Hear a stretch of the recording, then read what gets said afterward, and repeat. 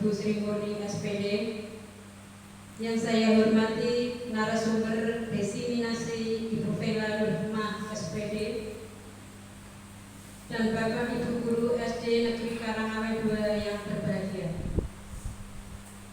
Sebelum kita mulai, marilah kita panjatkan puji syukur kehadirat Allah Subhanahu wa Ta'ala, yang mana pada pagi hari ini kita masih diberikan nikmat sehat sehingga kita bisa berkumpul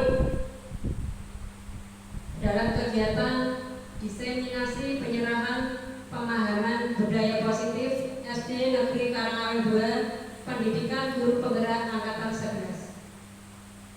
Yang kedua, tak lupa sholawat serta salam kita sanjungkan ke pangkuan beliau Nabi Agung Muhammad Shallallahu Alaihi Wasallam yang kita nantikan syafaatnya di yaumul qiyamah. Amin.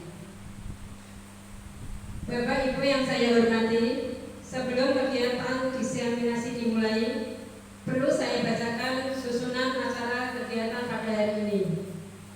Acara yang pertama yaitu pembukaan. Acara yang kedua yaitu menyanyikan lagu kebangsaan Indonesia Raya. Acara yang ketiga sambutan Kepala SD Negeri Karangawe 2. Acara yang keempat pemaparan materi oleh narasumber. Acara yang kelima pembacaan doa, dan acara yang keenam penutup.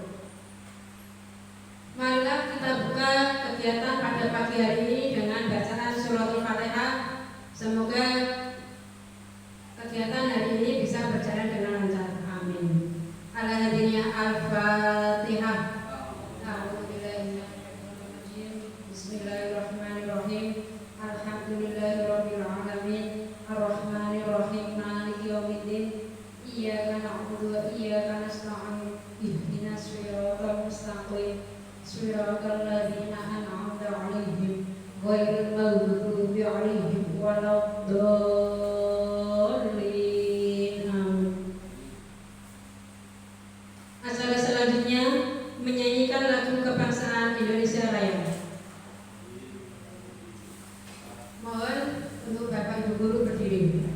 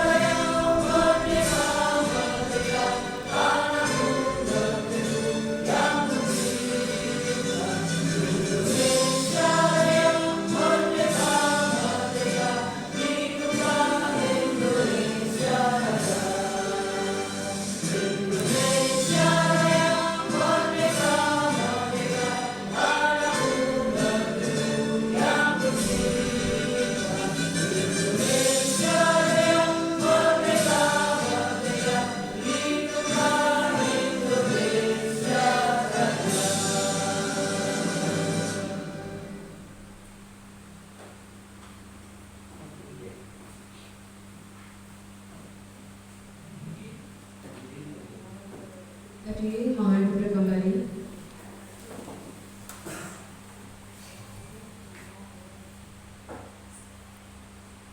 Acara selanjutnya sambutan dari Kepala Sekolah SD Negeri Karangawe 2 kepada yang terhormat Ibu Sri Murni SPD. Dipersilakan.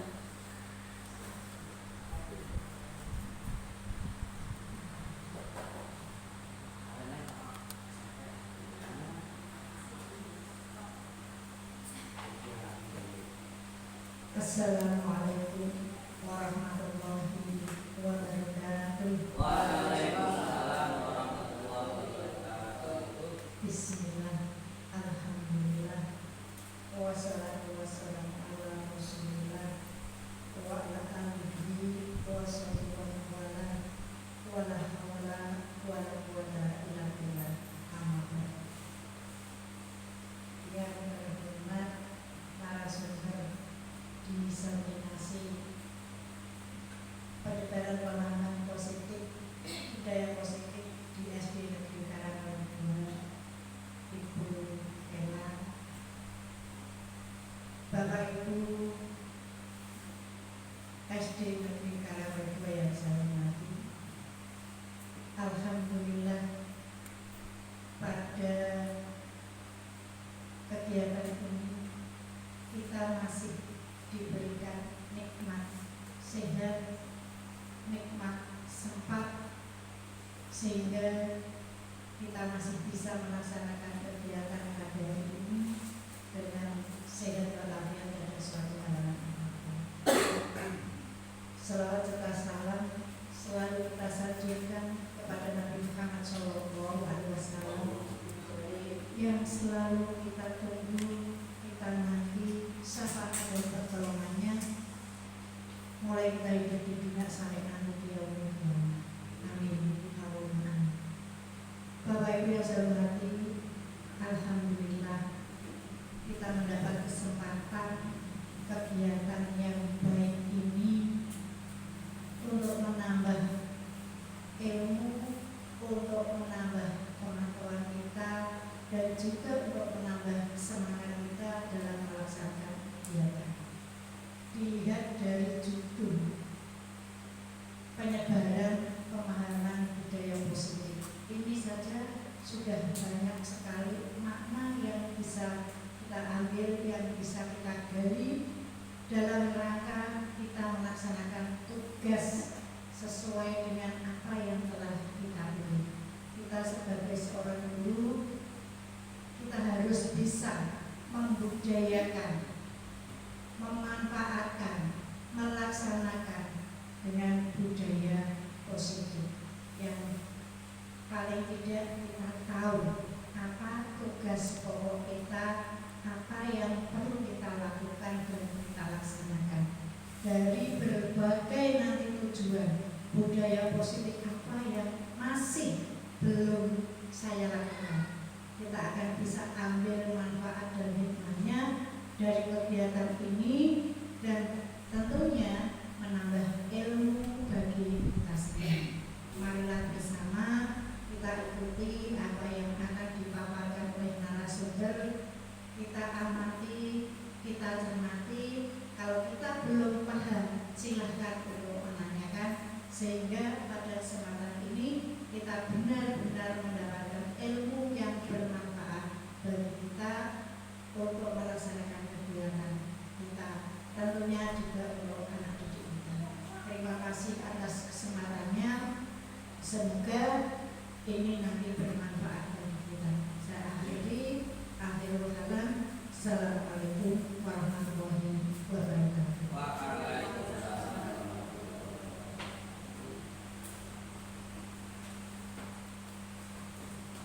Acara selanjutnya yaitu pemaparan materi diseminasi kepada Ibu Vela Nurhimah SPD. Dipersilakan.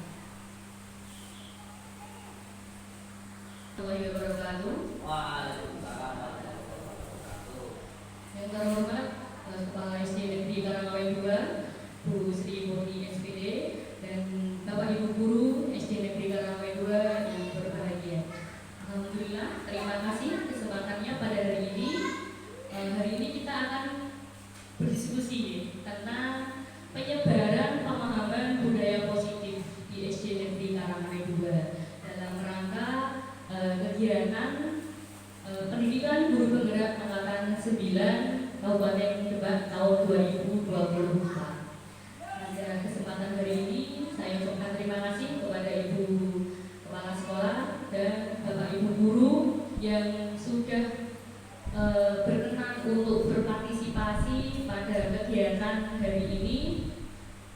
dalam berdiskusi tentang budaya positif di sekolah. Bagaimana budaya positif itu? Mungkin dari kata budaya positif maknanya masih luas.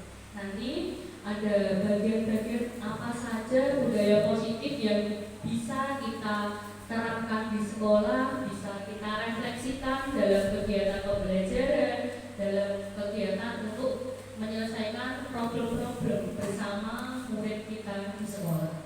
Gitu, okay? Penyebaran pemahaman budaya positif.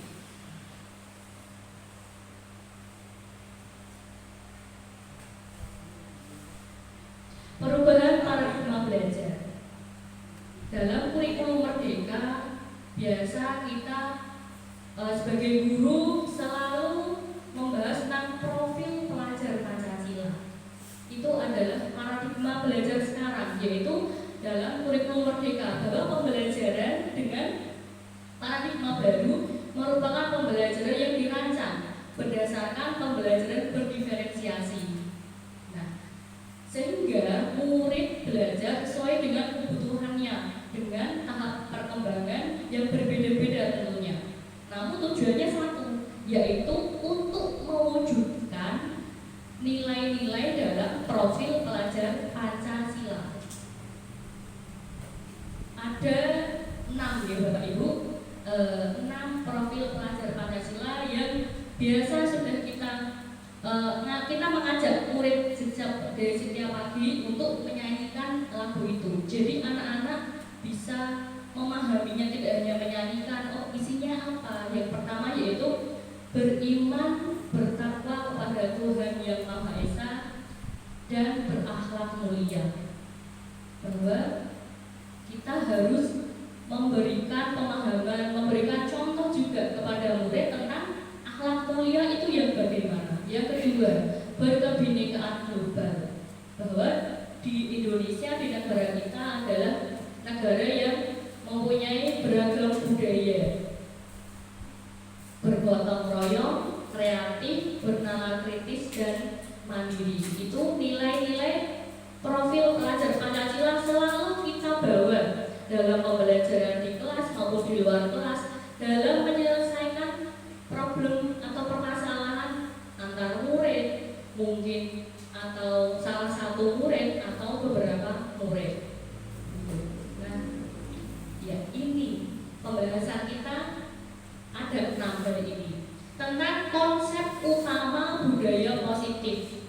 Konsep utamanya ini ada 6. Yang pertama yaitu disiplin positif, yang kedua kebudayaan dasar manusia, yang ketiga motivasi perilaku manusia, yang keempat posisi kontrol, yang keenam keyakinan kelas, dan yang terakhir adalah segitiga restitusi.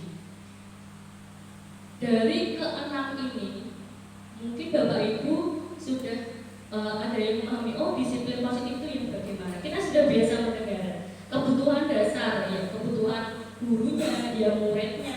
Kemudian motivasi, kita sudah biasa memberikan motivasi kepada murid-murid kita.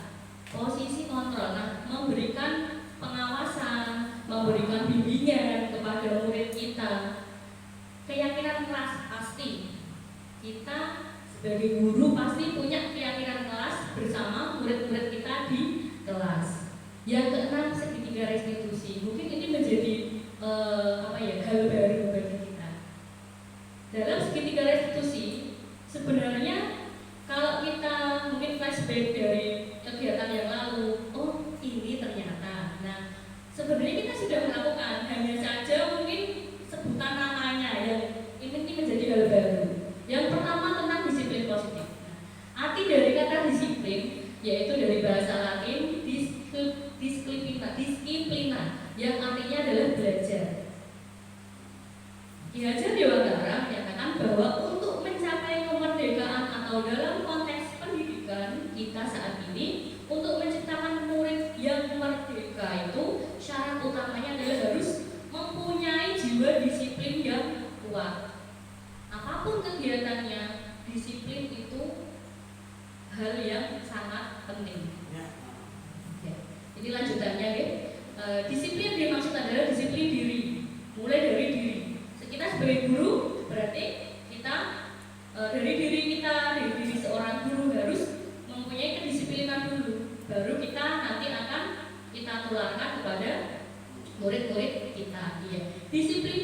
juga mempelajari bagaimana cara kita mengontrol diri, bagaimana menguasai diri kita untuk memilih tindakan pada nilai-nilai yang harus kita hargai untuk mencapai tujuan yang mulia, tujuan yang baik. Lanjut, ini masih tentang disiplin positif, yaitu dari ada nilai-nilai kebajikan. Nilai-nilai kebajikan adalah sifat positif manusia yang merupakan tujuan mulia yang ingin dicapai individu. Mengaitkan nilai kebajikan yang diyakini seorang, maka motivasi intrinsiknya dari dalam game akan terbangun sehingga menggerakkan motivasi dari dalam untuk mencapai tujuan mulia yang diinginkan.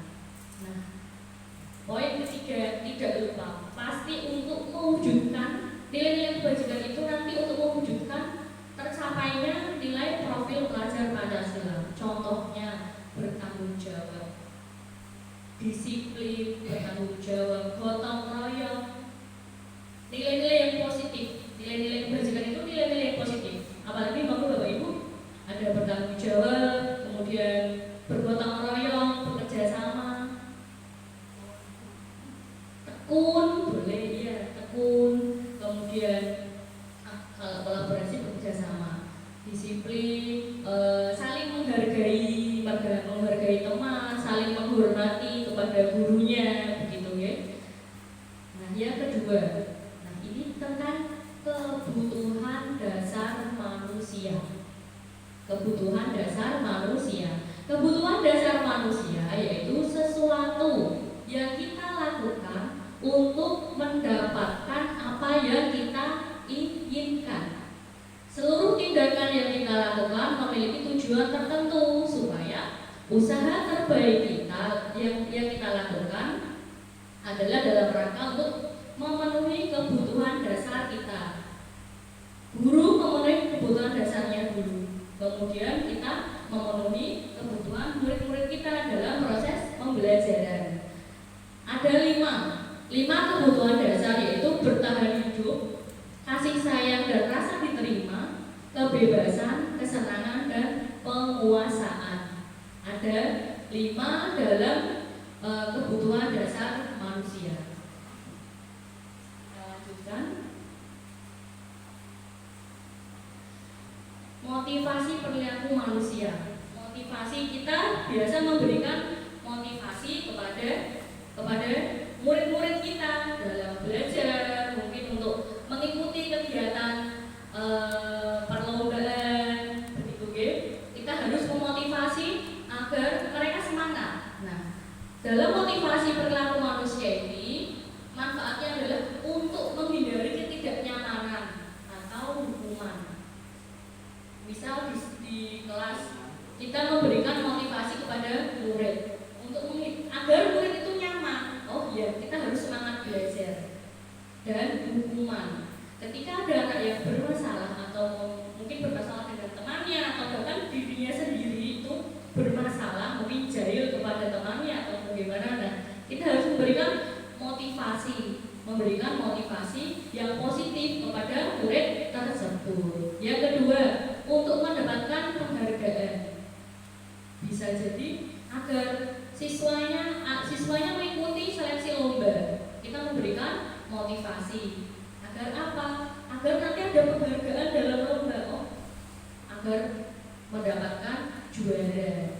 Itu manfaatnya dari motivasi. Yang ketiga yaitu untuk menjadi orang yang mereka inginkan dan menghargai diri sendiri dengan nilai-nilai yang mereka percaya. Selanjutnya, yang keempat yaitu motivasi perilaku manusia. Penghukum, pembuat rasa bersalah, menjadi teman, pemantau dan manajer. Dalam poin 4 ini nanti saya minta untuk pendapatnya Bapak Ibu guru dalam memaknai guru sebagai penghukum. Bagaimana pendapatnya Bapak Ibu guru sebagai pembuat rasa bersalah itu yang bagaimana menjadi teman? Pasti ya. Jadi 5 ini bermanfaat, mana yang yang positif kita ambil, mana yang mungkin kurang baik, ya tentunya tidak kita ambil dalam pembelajaran di kelas ataupun di sekolah. Yang pertama dulu, penghukum. Saya ingin Bapak Ibu guru untuk berpartisipasi, berpendapat dalam penghukum. Guru sebagai penghukum itu bagaimana? Monggo, ada yang ingin berpendapat? Pak Siono.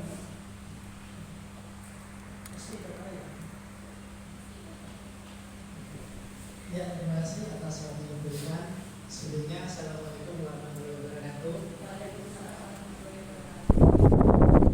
Makna dari penghukum dilihat dari sisi kita sebagai seorang pengajar atau guru.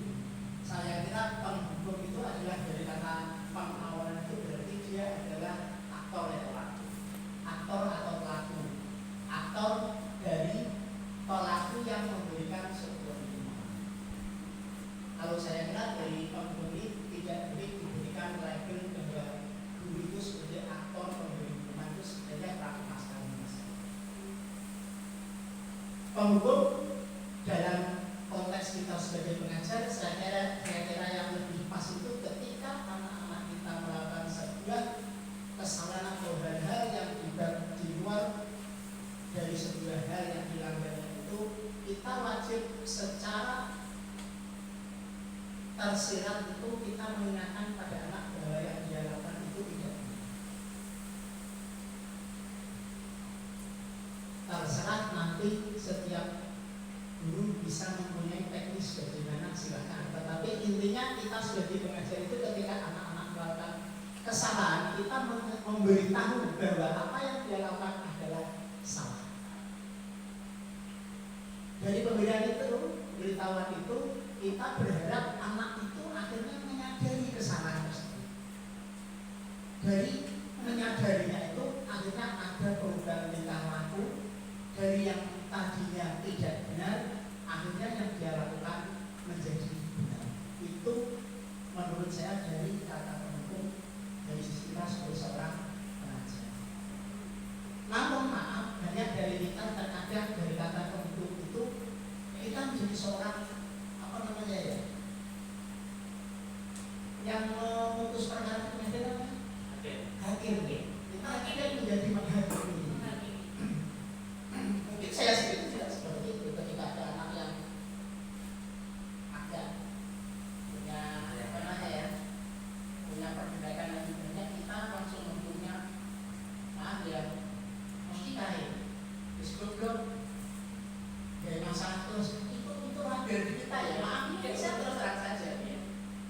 Ya itu terangnya harus kita sadari karena anak itu, setiap anak itu mempunyai tingkat kecerdasan yang berbeda dan kajiannya pun berbeda. Makanya tadi ada pembelajaran berdiferensiasi. Kalau menurut saya simpelnya begini, kita sebagai seorang pengajar kalau bisa jangan sampai tertanam di dalam otak atau belakang kita itu guru yang memberikan hukuman tetapi tidak bisa memberikan solusi. Akhirnya apa yang dia lakukan itu hanya sebuah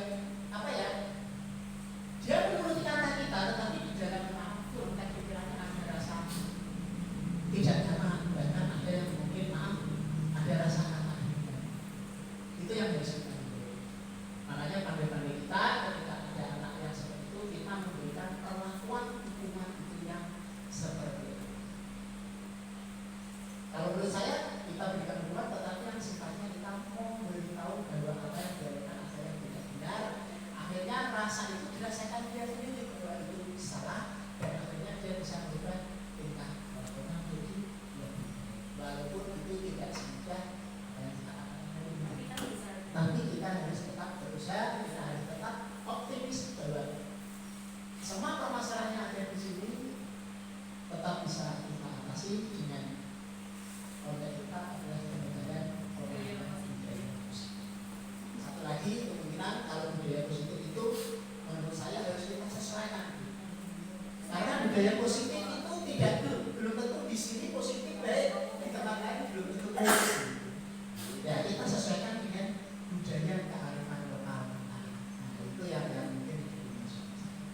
Mungkin cukup dari saya. Terima kasih. Wassalamualaikum warahmatullahi wabarakatuh. Waalaikumsalam warahmatullahi wabarakatuh. Terima kasih Pak Siono untuk pendapatnya dalam konteks penghukum. Ya, intinya sebagai guru ya tidak boleh kita langsung menghukum, menghakimi, karena memang murid memiliki karakter yang berbeda, kecerdasan yang berbeda, sifat-sifatnya juga berbeda. Dan yang paling penting poin terakhir dari Pak Siono adalah menyesuaikan dengan lingkungan sekolah masing-masing. Jadi memang perlu kolaborasi, tidak hanya guru kelasnya saja, tidak, perlu kolaborasi dengan kepala sekolah dan guru sejawat, rekan guru sejawat di kelas lain juga. Yang kedua, membuat rasa bersalah. Kita tidak boleh menghakimi murid, kamu itu salah, tidak. Tapi kita harus memberikan pengertian, kita memberikan pemahaman dulu bahwa yang dilakukan adalah tidak baik, mungkin tidak benar, dan kita juga memberikan pembelajaran bahwa besok lagi tidak boleh melakukan hal yang atau kesalahan-kesalahan yang sama seperti yang telah dilakukan. Sebagai yang ketiga, sebagai teman. Ada Bapak Ibu yang berpendapat guru sebagai teman, memiliki motivasi sebagai teman, tidak hanya teman sejawatnya, tapi juga teman kepada murid-muridnya. Ada yang berpendapat? Boleh, monggo untuk berpartisipasi, Pak.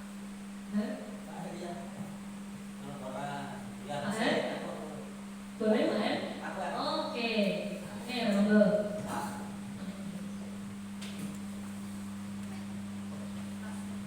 Ya, terima kasih untuk waktunya. Di sini adalah untuk yang ketiga adalah guru sebagai teman, di mana kita akan membuat semua murid itu menjadi teman atau guru sebagai teman itu dengan syarat, yaitu ketika kita memberikan motivasi kepada siswa, kita harus tertanam dulu pada diri kita. Ketika kita memberi motivasi kepada siswa, maka yang terpenting adalah kita yang menjalankan dulu bagaimana perilaku kita. Kalau itu sudah terwujud, maka terwujudnya teman antara misalnya guru dengan murid itu bisa sebagai teman, sehingga murid itu dalam menghadapi masalahnya itu bertanya kepada gurunya, tidak canggung atau istilahnya bisa loss gitu. Jadi yang intinya adalah kalau guru sebagai teman ini adalah kita dulu yang melakukan itu sebelum kita memberi motivasi kepada siswanya. Terima kasih.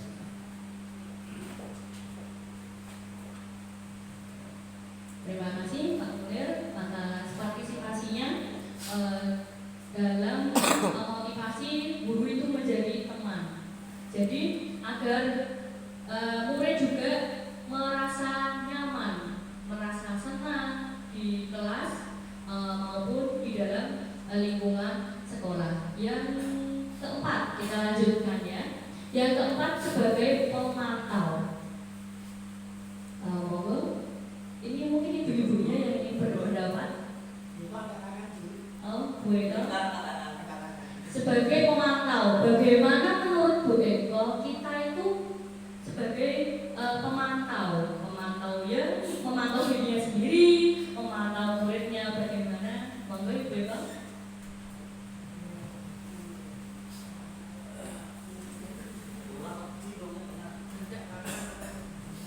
Assalamualaikum warahmatullahi wabarakatuh.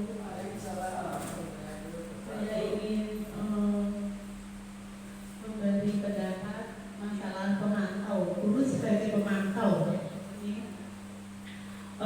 Memang itu kewajiban kita untuk memantau murid-murid kita. Di sini memang ya seperti jam masuk itu ya, jam masuk itu kan kadang ada anak yang sudah waktunya masuk tetapi dia masih bermain di luar. Nah, itu tanggung jawab kita untuk memantau anak-anak tersebut. Selain itu juga dalam pembelajaran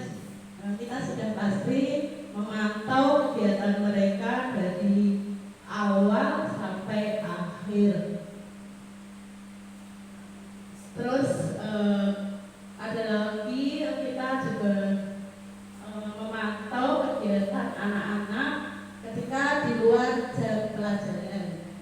Pada waktu pulang mungkin dari orang tua yang memberi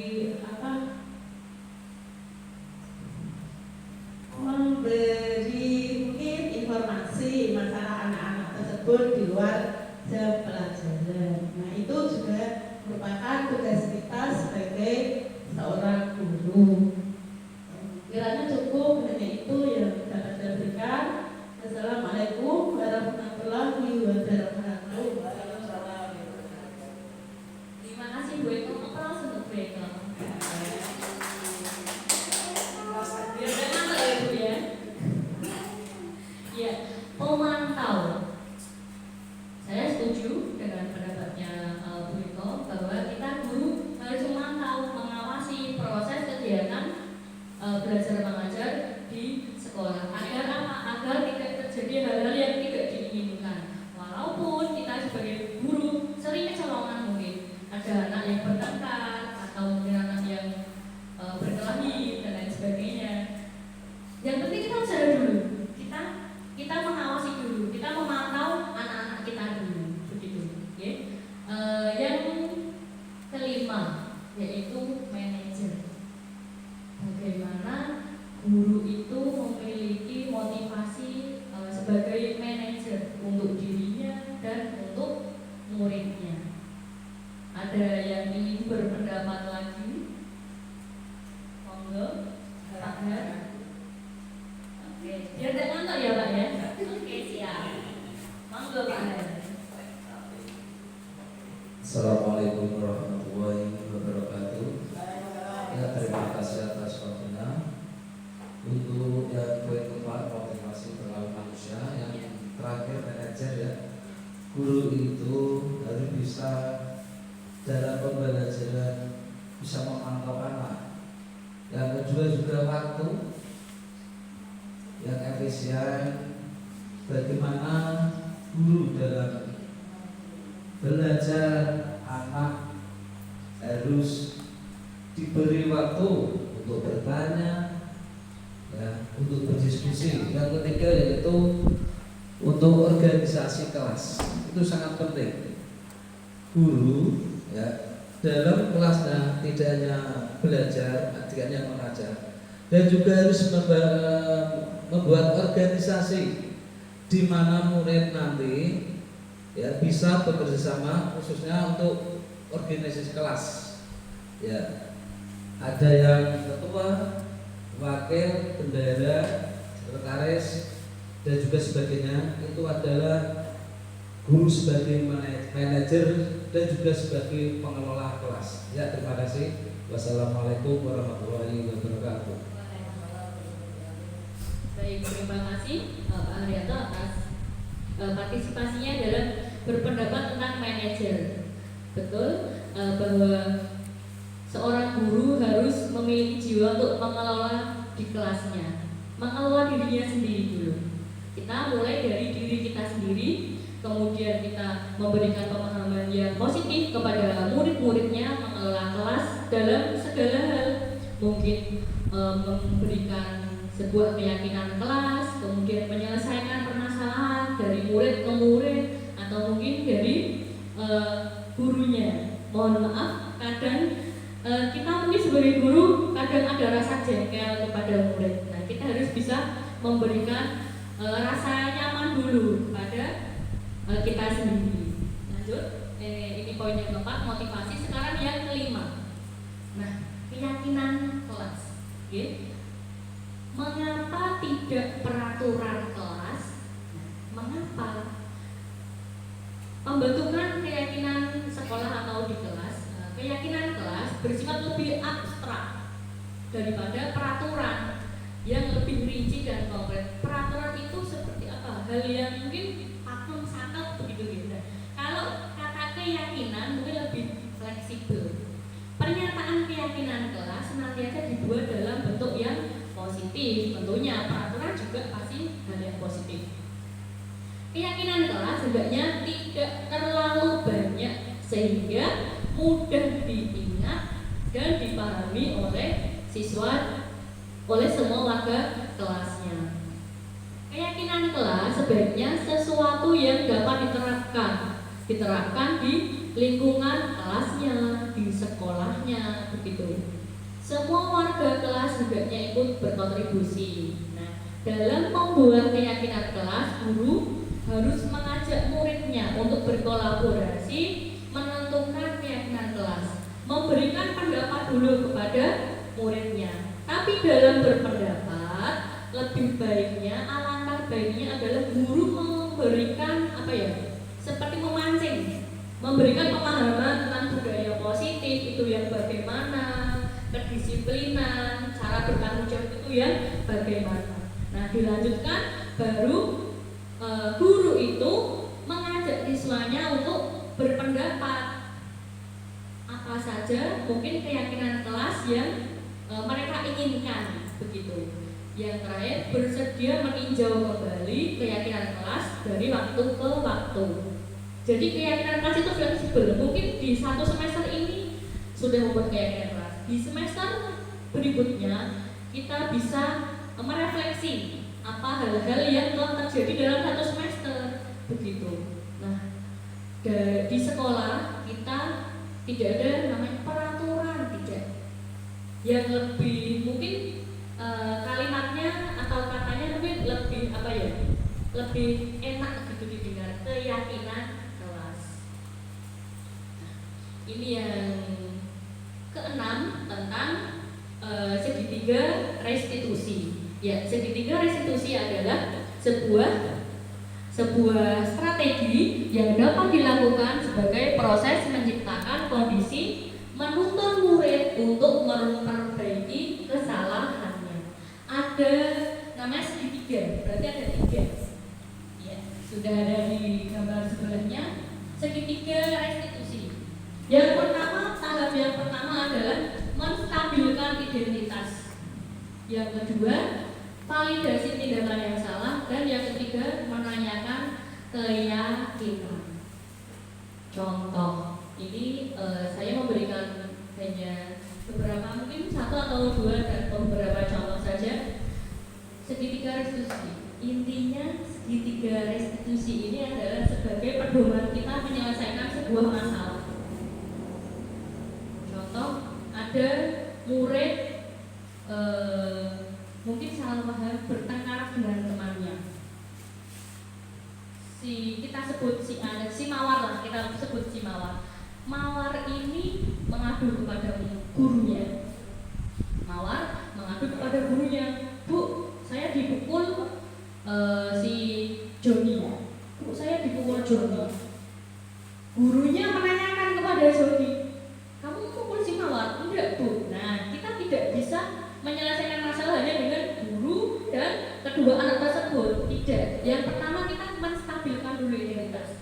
Kita memberikan rasa nyaman dulu. Mungkin anaknya diminta untuk duduk dulu. Mungkin kalau membawa bekal minum agak tenang dulu. Kita menenangkan muridnya dulu.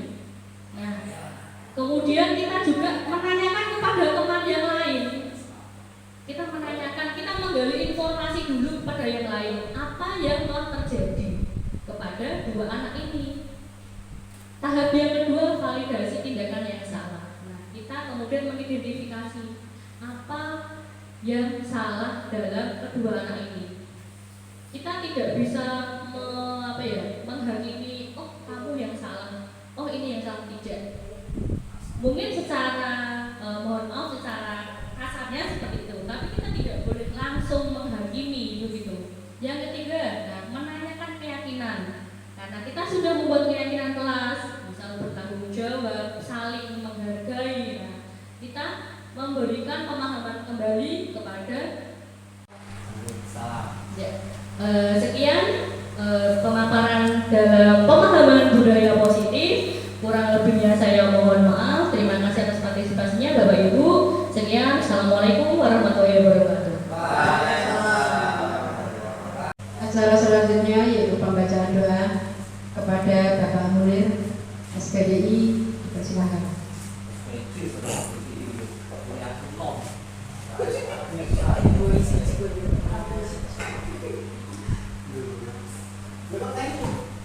Assalamualaikum warahmatullahi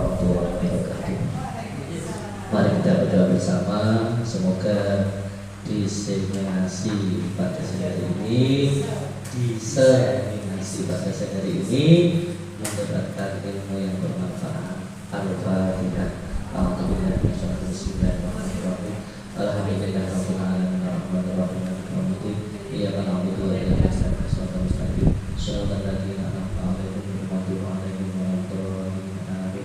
Bismillahirrahmanirrahim. Alhamdulillahirabbil alamin minasy-syakirin dan na'lamu hamdan wa fina ma hamdan ya rabbana wa hamduka wa yanbaghi lillahi wa subhan Allahumma hasib maqasidana ya Allah maqasidati wa dunya dan akhirah Rabbana lana anfusana wa idza kunna fasih Allahumma ftah alaina qudran alaina bil wa syu'an wa taqdim manasina ya jalil wa ikram innaka ala kulli syai'in qadir Rabbana atina fid dunya hasanatan wa fil akhirati hasanatan wa qina adzabannar subhanallah wa bihamdihi wa yasifun wa salamun alal mursalin walhamdulillahi rabbil alamin al-fatihah a'udzu billahi minasy bismillahirrahmanirrahim alhamdulillahi rabbil alamin arrahmanirrahim maliki yaumiddin iyyaka na'budu wa iyyaka nasta'in shiratal mustaqim shiratal ladzina an'amta 'alaihim ghairil maghdubi 'alaihim waladdallin amin.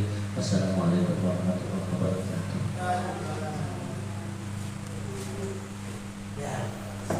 Acara yang terakhir yaitu penutup. Marilah kita tutup kegiatan pada pagi hari ini dengan bacaan hamdalah. Alhamdulillah. Sebelum saya tutup, saya mohon maaf apabila ada perkataan saya dalam menyampaikan kurang berkenan di hati panjenengan. Wabillahi taufiq. Wassalamualaikum warahmatullahi wabarakatuh.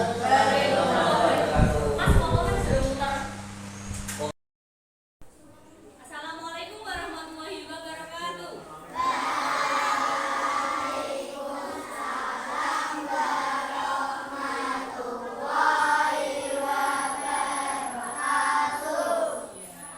Apa kabarnya